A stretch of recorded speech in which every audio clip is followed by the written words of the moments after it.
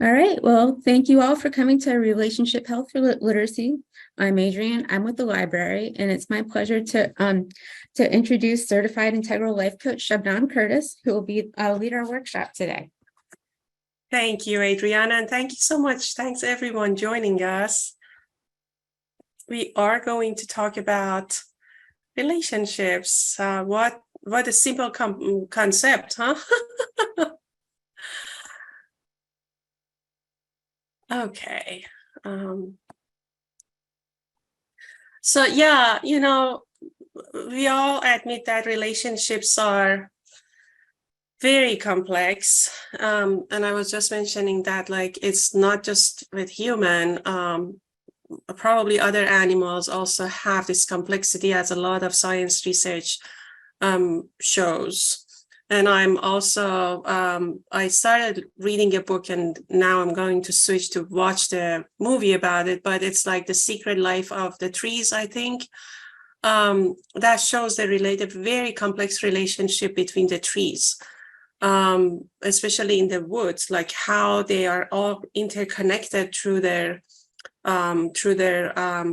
roots, and then how they are interconnected with the animals outside of the like underground, and how reciprocation is actually the very key in that relationship to keep the community going. And that's what we also want to learn more, to see like how we can be a part of a community, big, small, two people, the communities that we build. And we want to make them stronger because we're social creatures. So yeah, relation, as complex as it is, and there are so many different topics that can be spoken on the relationship subject. It's just like probably unlimited, because relationship is such a complex subject in our lives. But I wanted to kind of like give a structure, kind of like a scaffolding, maybe to us, offer that to us today, as kind of like maybe like in a smaller groups or even one-on-one relationships.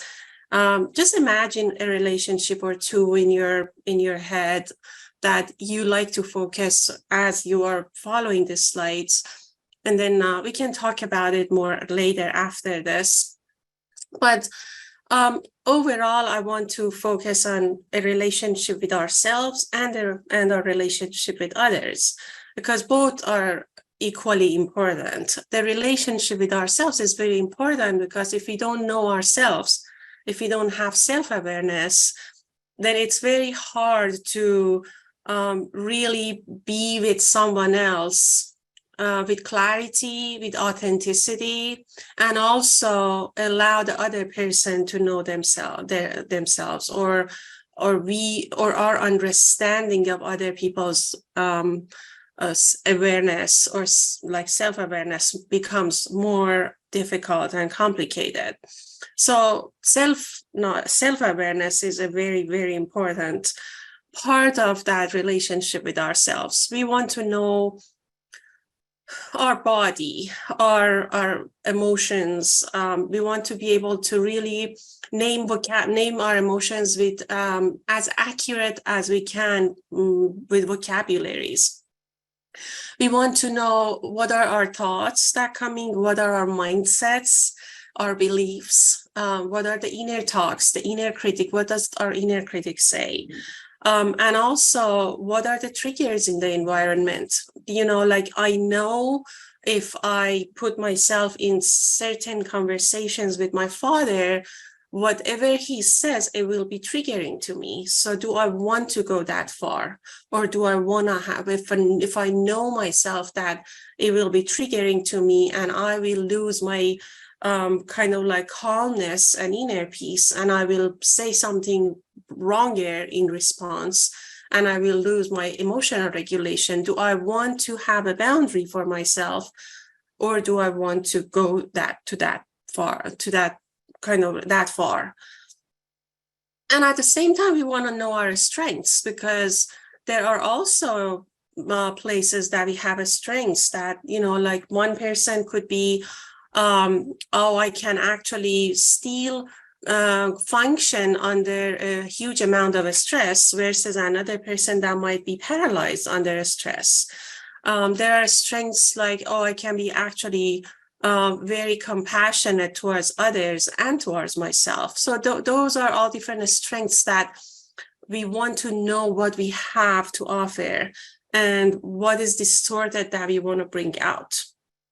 So it's very important to build that trustworthy relationship with ourselves for the sake of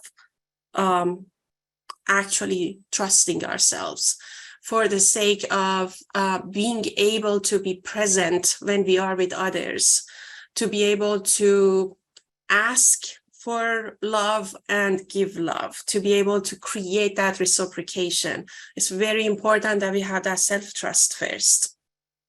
So it's always good to be able to evaluate ourselves in a very non-judgmental way, with self-compassion, to see where are the triggers that we experience. What are the triggers that throw us out of our regulated emotional state, and how we want to build more resiliency, how we want to be more kind to ourselves, to attend to our old wounds, and to basically make it work for ourselves to be more present and resilient. So that's a very important part of a relationship. And then we get to our relationship with others. This is kind of like one point of view to the relationships that when I was designing this workshop, I felt like, a relationship can be safe or unsafe and everything in between. It's definitely a spectrum. But basically the criteria that would make a relationship safe is when the two or the people in that relationship, whether it's two people, whether it's more than that, but the people in that relationship feel safe and feel they can grow. But if it's unsafe, then there is always a power struggle. There is always a hidden or a very non-hidden, very direct competition. It can be very covert or overt. If it's covert, it could be manipulation, the competition, it's not like based on that reciprocation. It's not based on, I don't feel safe to be vulnerable to the other person or to other people. And then, the amount of an unsafe relationship can go to the extreme. It can go to be physically unsafe, emotionally and physically unsafe, feel like abused.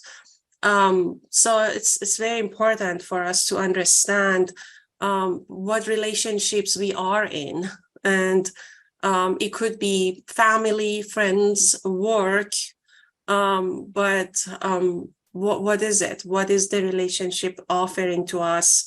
And what is it that we can offer to it? And am I growing in this relationship? Do I feel safe?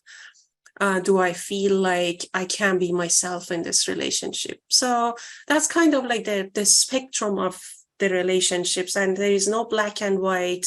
There is always big safety and maybe a little unsafe zone. And that can be always like the ratio can always change.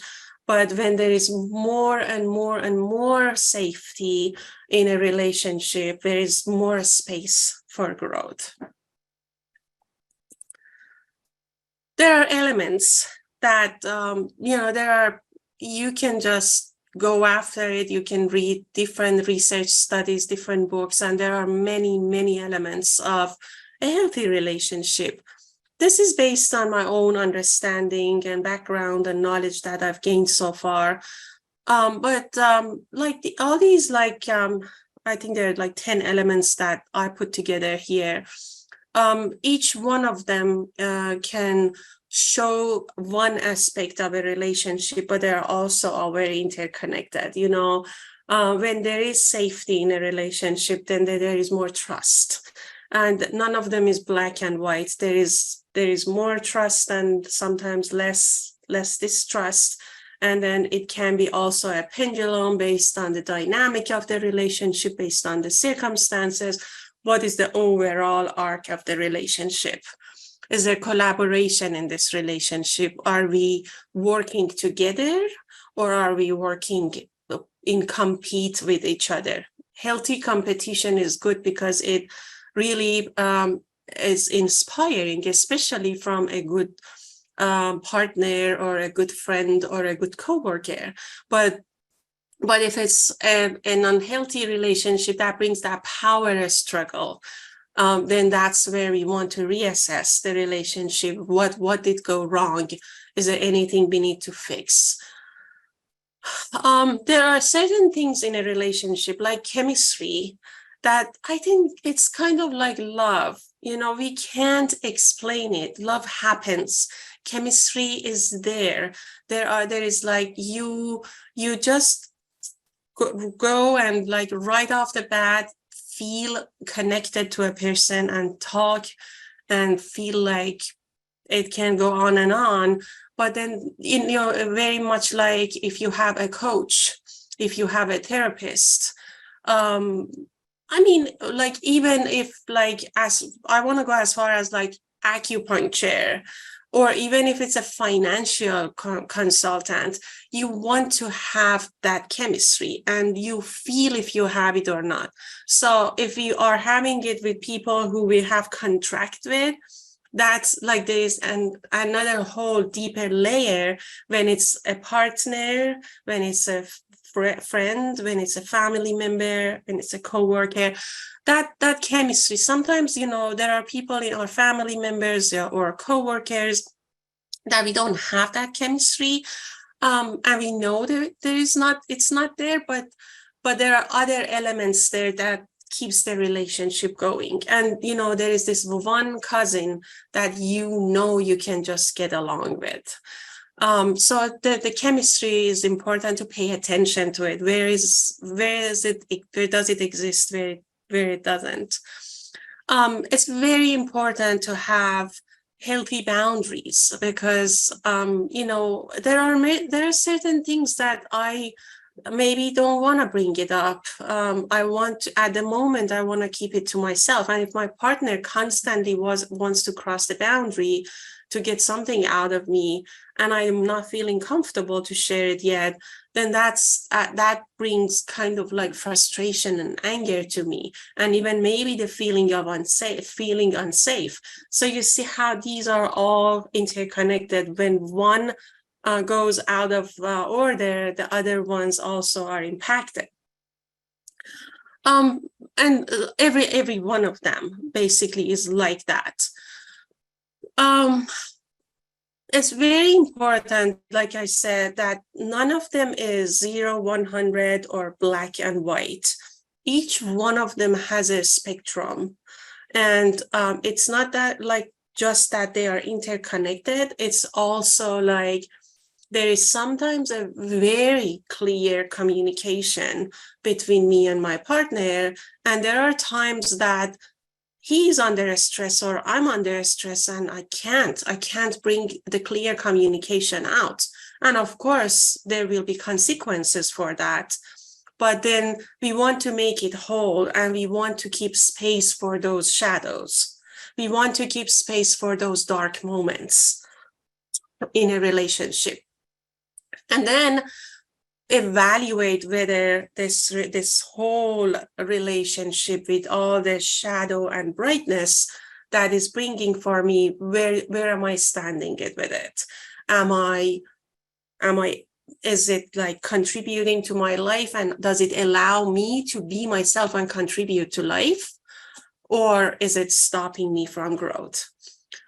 So at the end of the day, there are always different evaluations and there are always different solutions. We can resize a relationship, when the cousin that doesn't keep the boundaries, and if I try to connect, he just doesn't want to respect me, and he wants to be very sarcastic, then I want to resize that relationship. I don't have to really constantly, very often, talk to him, whether he likes it or not. It's not based on their expectation, it's based on also my expectations too. So or is there a relationship that actually there are so many of these elements very present, and I want to cherish that relationship, I want to make it deeper, and how could I do that? There's this friend that I know I'm not spending enough time, but every time that we talk, there is just like I feel like my life is richer. And how could I make more of it? How could I deepen that strength? What to get it to a point that something can be bloomed out of it, for me, for her, for our community. It can be very small and personal, or it can be something to offer to the community. But relationships can get very destructive or very constructive. They can actually help us become those people who can deeply contribute to the community and society.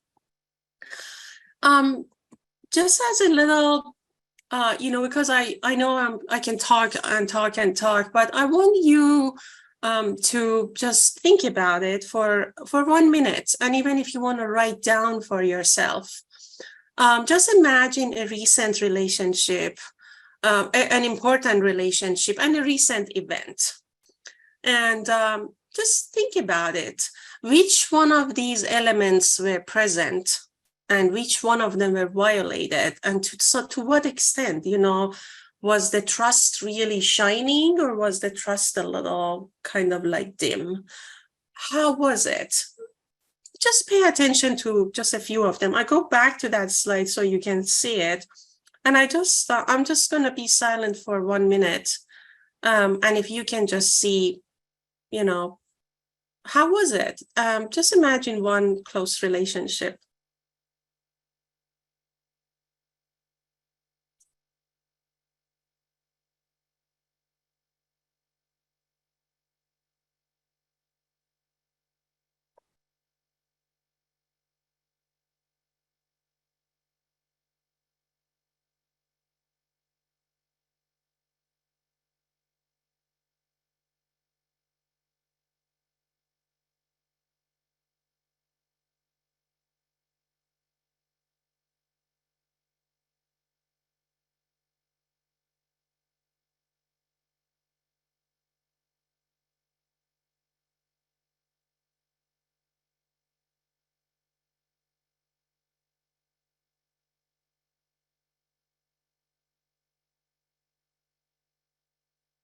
Okay, I hope it helped a little bit to kind of like bring it to life. In our everyday life, in every one of the relationships that we have, we definitely don't have an instruction to go through, and we don't even have time to do it.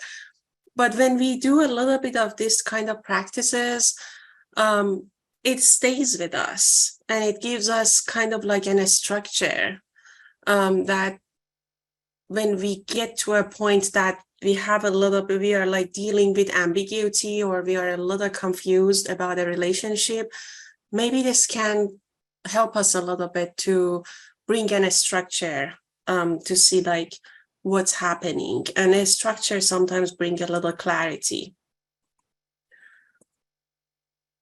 And what happens? So when there is a misunderstanding in a relationship, now again, if you want to imagine a recent misunderstanding and then follow through the slides, and then at the end we can, if you like, we can definitely discuss it. But how do we want to approach it? And what are different ways to approach a misunderstanding in a relationship, especially close relationships that are important to us? I'm actually presenting this kind of like this graph. It's based on, I don't know if you see down there, it's this Institute Be Above Leadership. They have done a great amount of research, and this is the result of their research. They use it in their coaching too, and I've taken classes with them. They have come up with these 7 levels of basically mode of being that we can be. And when we are in a conflict or a misunderstanding, then we can evaluate ourselves where we are and how can we elevate ourselves to the higher levels to be able to see multiple perspectives and be less judgmental and more open to construction of a relationship. The very bottom line is when we are completely hopeless. I mean, maybe I shouldn't use the word completely, because that each one of them also has a spectrum, right? Let's say from 0 to 10, I can be absolutely completely hopeless, 0, or I can be like, a little hopeless or very hopeless. Just give it a spectrum, give it a range. But when we are in that range, when we are hopeless, we cannot even see a possibility for any healing in that relationship. And that's a very dark place to be. Sometimes, sadly, it's a reality. People deal with a person who is addicted over and over and over, and then you get to the point that like you are just done with it, because it's also the sinking ship is also dragging you with it too. So, and it's very personal. But sometimes you're at the bottom of that line. However, even in that situation, even if it's a relationship that you want to stop it, you want to resize it, or you want to actually help it flourish, doesn't matter. You still don't want to make decision when you are in that bottom line. The second layer could be, we are not as hopeless, but we feel attacked. We feel we have to protect ourselves. We are full of fear. We are so alert. We are like, oh my God, everybody is like against me. That's also not the right place to make any decision for the worst or the best relationships. Then maybe usually fear and frustration come together, and one causes the other one. Maybe you get to frustration that you feel the other party in the relationship has crossed your boundaries. You feel anger, you feel resentment, frustration. But that also brings a lot of blind spots. When we are angry, that's the worst time that we don't want to make decision. That's when we only see ourselves, and we only see that the other person is completely at fault. We are very black and white when we are angry. We don't see anything in the other person. And it's all like, I'm right, the other person is wrong, which is never true. It's like, it's a very complicated dynamic. So then there is a line. So we could be in one of these layers, one of the first 3 layers, when there is a conflict or a misunderstanding in a relationship. And then there is a line of the brighter side. The courage is when I feel the frustration, I feel the fear or the hopelessness, I give space to these feelings. I don't deny them. I don't suppress them. I give space to them to be with me at the present moment, but also I want to find a little bit hope. That's courage. When you feel there is no hope and you're like, I'm bigger than that. I'm gonna find that little light, that little crack that allows the light to come in. And it doesn't matter if at that point you want to end the relationship or help the relationship grow. When you are in that phase, when you are in that mode of courage, there's more hope for less damage. Even if you want to end the relationship, it's better to end it with less damage. So it's better to come above the line 4 and up. And then it could be even better. It could be engagement. That's when usually there is like less conflict or less smaller conflicts, I want to say. And then you want to you're growing, you want to bring value to this.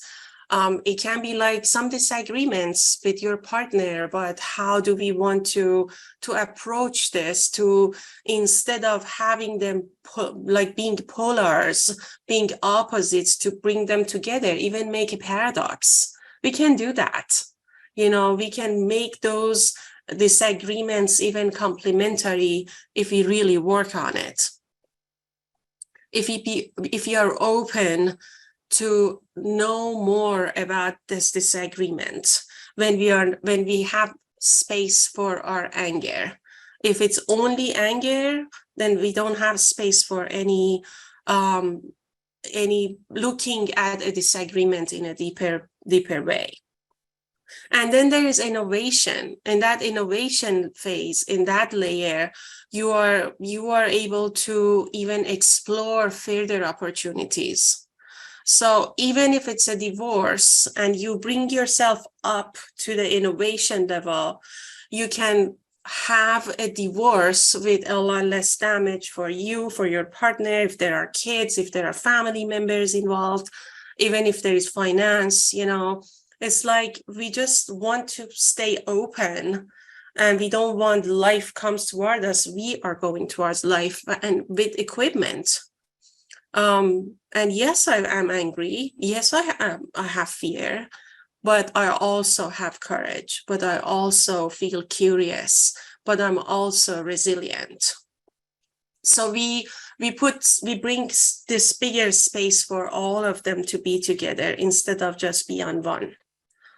And then the synchronicity is just like, it could be the above, the ultimate kind of like level of growth for any type of relationship, in an organization, outside of an organization. And it's important to think about how we want to bring ourselves up there. It's a daily practice. In a daily practice, when we check on ourselves, when we say, I'm very frustrated, how can I give a space and bring courage to it?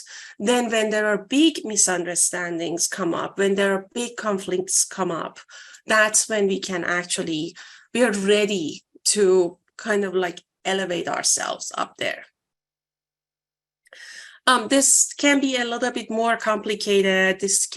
Or not complicated, maybe needs a little bit more time to digest and think about it. And of course, I'll be happy to answer any questions today or later if you want to email me with any questions. But this is a model that has been working for many clients in the coaching sessions I've had, or when I worked with Be Above Leadership and took their classes. So I highly recommend to spend time on it and to see like how this little graph can actually be established in your life. And then we want to say, okay, there is this situation. How do we want to use this graph, and how do we want to actually do something about it? The very first step is, when there is a misunderstanding, I want to see where I am in that graph. And can I see, or can I have a guess of where is the other person in this graph? Because if I'm actually trying up to elevate myself to the courage level, and this other person is at the hopeless level, it's hard to communicate. There is just like the decoding of the communication doesn't work with each other. It's like messages cannot be translated correctly. So it's very important to see, like, maybe at that moment you just need to give a space to the other person, or what is it that you can kind of like see the gap and bring something to the gap that helps to kind of like have the relationship moving without any or without minimum damage. And then, of course, in order to know where you are in that graph, what level you are experiencing, you need to know your emotions. What are the emotions I'm experiencing? And please remember, we've explained it in the emotional literacy workshop, that we have mixed emotions all the time. We experience joy and hate together. It's possible. These are paradoxes. These are not impossible things. We shouldn't feel guilty that we have them together. We are human beings, and we have this like cocktail of emotions all the time that we experience. But what is the dominant emotion that I'm experiencing at the moment? If it's frustration and anger, okay, that's where I am. And then how can I elevate myself? And another thing is, it's not just that we experience mixed emotion, we also experience one emotion that they have hidden emotions beneath that. A lot of time when we feel hopeless, there is fear behind it. There is resentment behind it. But because we've suppressed those emotions, then we've got into the hopelessness or depression. So those type of inner talks that, okay, where am I? What is it? Can I give it space? Can I be present with it? And the most important part, okay, this is what I'm feeling. What can I do to bring myself, to elevate myself to the higher levels? Sometimes it's a walk, sometimes it's a talk, sometimes it's a dance, a little swimming. You want to ground yourself in order to be able to elevate yourself. And what happens biologically is, when you find a grounding practice, which we've discussed in, I think, the first 3 workshops that we've had, or actually 2 and 3, that was like emotional literacy and also the somatic literacy. Grounding is very important, because what it does is it allows our nerve system to ease off, to kind of like come out of that fight or flight mode, or in the case of hopelessness, freeze mode. It makes more neural connections between here our vagus nerve, between our vagus nerve and our prefrontal lobe. So it brings a balance to emotions and logic together. We feel more connected. We feel more self-trust. We feel more confident. And that's when we can actually elevate ourselves. And there are different certain things. If you want to go back to those slides or those videos, even aromatherapy, even like a little bit hugging yourself. This chair that I'm sitting on, actually, I really like to soothe myself like this. And it magically helps when I do it for 2-3 minutes.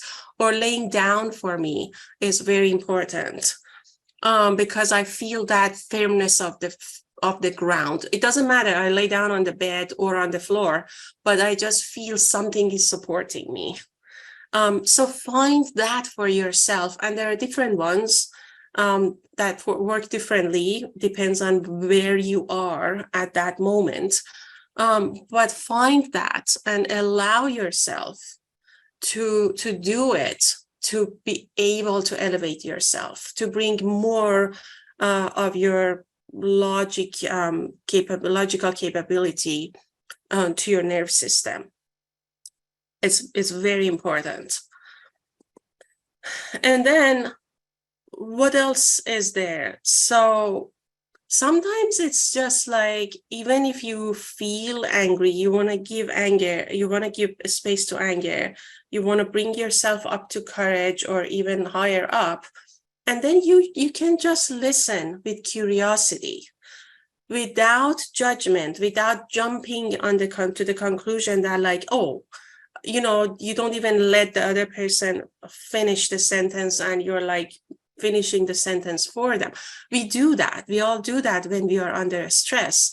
But what we are bringing to it is mindfulness. Can I be at the present?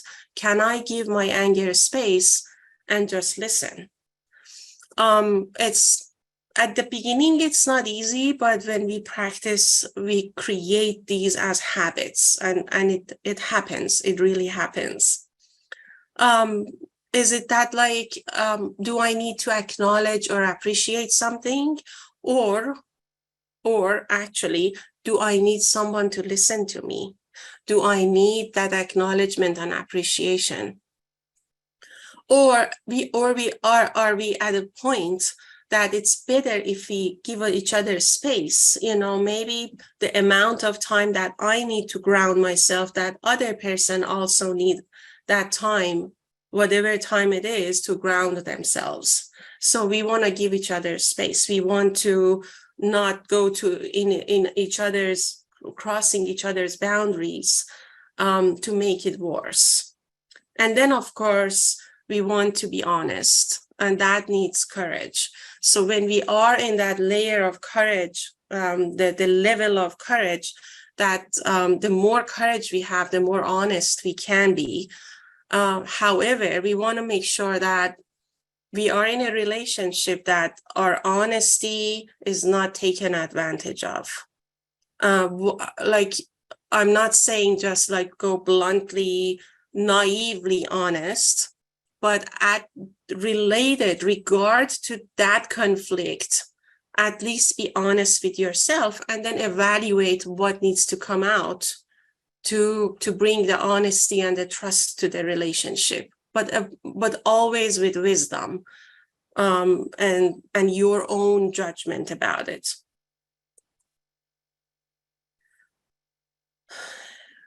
There is more we can do.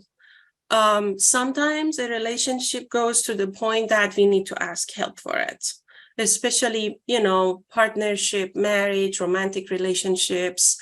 They're a lot more complex nowadays, that sometimes the third person can help. There are so many ways, there are trusted friends or family members, or in our today's world, there is like therapy, that they can actually really help people to kind of like see what is going on in the relationship. There are, recently I've seen life coaching, that some people do the relationship coaching as far as like partnership and especially like romantic partnerships in all different ways that they exist now. Another thing that we want to make sure we don't do is not shaming the other person, not belittling the other person, and not shaming ourselves. It's very important, because we can either get to a point that we start saying like, I'm at fault, I'm the worst person, I'm worth nothing. We can go all the way down and make ourselves go to all the way down to the hopeless level. Or we can bring the courage out and give space to all other emotions, but stay with it rather than be a victim. We don't want to be a victim, and we don't want to create a victim in other person. So shame is always very destructive. Now, I may have done something that I'm embarrassed, and that's when I want to be honest and I want to talk about it and I want to be accountable for it. but that doesn't mean that I am a bad person. I made a mistake, even a big mistake, but I'm not a completely bad person. There is still space for me in this world to be able to make up for my mistake. That's why shame is destructive, because embarrassment, if I feel embarrassed, then I feel there is space for me to make up, to grow. But if I make another person feel shamed, which when we make another person feeling embarrassed, shame immediately comes up. If I make the other person to feel that, that's also, it just closes that person altogether, so that other person don't feel any more room for growth, or even making up for it. So it really goes to the wrong place. We want to be curious about our emotions, the other person's emotions. We want to ask how they feel, because even if I look at you, if I see your eyes and I'm like, you look angry, I don't know, especially, I mean, unless I know you very well, and that's still an estimation, and that's still a suggestion, but you tell me how you feel, because I can't talk for you. I can help you name the different emotions, and I'm like, which one do you think you're feeling? But I can't tell you how you're feeling. You are, and it's like, it can be very different expressions in our face or body gestures. Overall, I know when we are like kind of like closing, we are feeling unpleasant, and when we are kind of like open, we feel more confident, and those pleasant feelings come up. But that said, we can't just name emotion. We can't put word in the other person's mouth. We want to help them, but we want them to tell us what emotions they have. And then more clarification. Can you tell me more about it? Why do you think you did this? And the tone of voice is very important. I can say, why do you think you did this? Or I can say, why? What happened? Why do you think it made you do that? There is a tone of voice with compassion, and there is a tone of voice that embarrasses the other person, that makes the other person close. So it's important to really, when we are asking for more clarification, to see like how we are asking for that. And of course, again, it's a relationship. We want to bring more clarification too. But it is important that when I feel I want to talk about it, but the other person doesn't allow me to talk about it, that's when the alarm goes off, that like, is this a red flag for an unsafe relationship? And what brought this unsafe zone in our relationship? What happened to this? And still, we want to be curious about it. We can't jump to the conclusion. We can just be more curious. And bringing clarity is not necessarily just with words. Sometimes it's like our own search. Sometimes it's just like, let time pass by and we collect data from other people. It can be in so many different ways. But it's important that like, when we are trying to communicate, that's when we really like, we can do that assessment, that like, can I actually, does this person allow me to communicate or not? And if not, what's happening?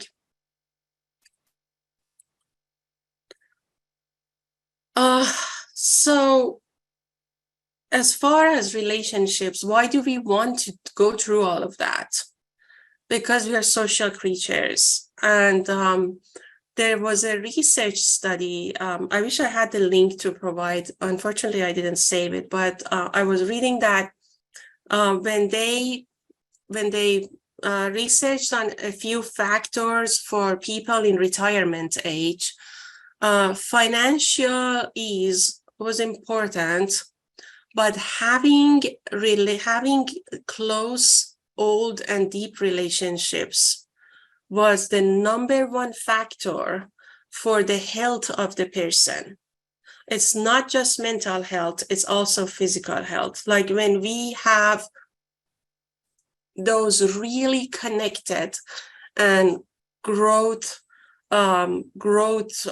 wise relationships, we can actually allow ourselves to actualize our capacity and feel connected to life. And that feel of belonging is a survival mode, is a survival need, actually.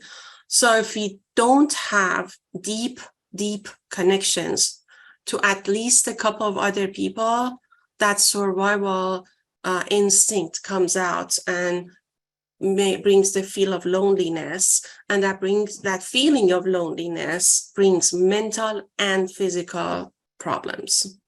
So it's very important to try for our relationships, to try to make them deeper, and to of course to choose the right person for our relationships. There are many people out there, but not everybody is the right person for me. That compatibility as one element of the relationship need to exist before a relationship can shape. Otherwise, the relationship shapes, but it's like a very kind of like not a very harmonized creature.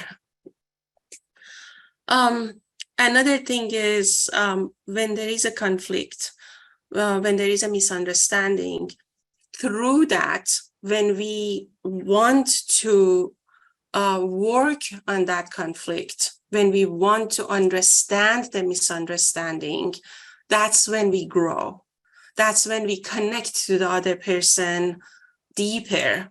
So we grow, we change, and the other party also grows and changes.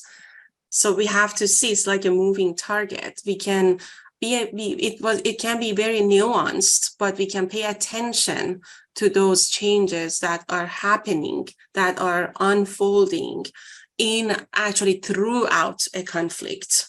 So it like change is a big part of it, and we constantly change. So we want to give space to the change too. There is a lot more to say about relationships. That's all I had for today. I know that relationships are complicated, complex, and at the same time, very much needed for every one of us. I would like to hear from you. What do you think? If you have any questions, if we can have discussions. So I'll stop sharing if that's okay. Okay. Let me know if you want to go back to any slide, but I'll stop sharing now. Okay. All right. Thank you, Shabnam. Is this a good place to stop recording? Sure.